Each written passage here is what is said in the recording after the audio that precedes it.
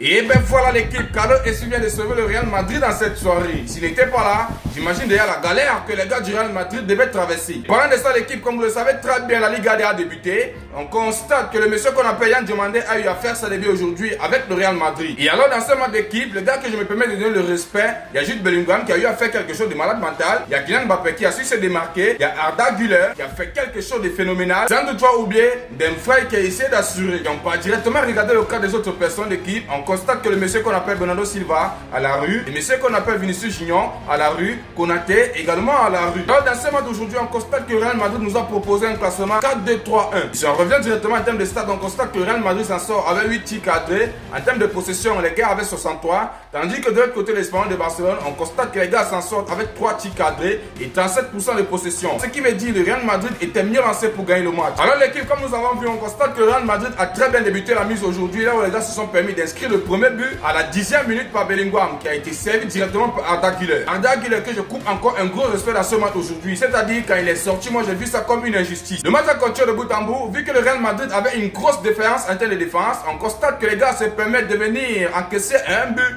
de l'égalisation. Et là l'équipe, je vous mets l'image là, le joueur était extrêmement seul. Il devait seulement inscrire le but. Monsieur qu'on appelle Bernardo Silva, il était en train de marcher à 4 pattes. Le monsieur également qu'on appelle Konaté, je ne sais pas où il se trouvait, c'est-à-dire la défense était à la racaille. Bref, dans cette première période, on constate que les gars s'en sortent sur un score de 1-1. Directement, les gars sont allés en pause, ils reviennent en termes de deuxième période, mais je peux vous garantir que José Mourinho n'était pas du tout satisfait de ce qu'il a vu en termes de première période d'équipe. Alors vis-à-vis de cela, l'équipe, le match a continué, on constate que Mourinho se permet de faire des changements. Le monsieur qu'on appelle Diomandé qui est entré, Arda Güler, il est sorti. C'est là où moi je me permets de dire que c'est une injustice. Parce que Arda Güler était en pétard. Je ne sais à quel moment les gars se permettent de le mettre dehors. Bref, on constate que même Carlos Espi a eu à faire son entrée. C'est lui qui se permet de venir sauver le Real Madrid à la 90e minute d'équipe. C'est-à-dire, Espanyol de Barcelone, ils ont joué tous les matchs à la dernière minute, les gars, ils ont zaï. Bref, tout ce qu'on peut dire, c'est que bonne gestion de José Mourinho. On espère vraiment que le Real Madrid va faire quelque chose de bon. Mais le match que j'ai vu aujourd'hui, en termes de défense, les gars sont nuls. En termes de milieu, ils sont nuls. Peut-être en termes de finition, les couloirs, les gars peuvent extrêmement gérer. J'ai tout très fort qu'ils peuvent faire quelque chose vis-à-vis de cette saison.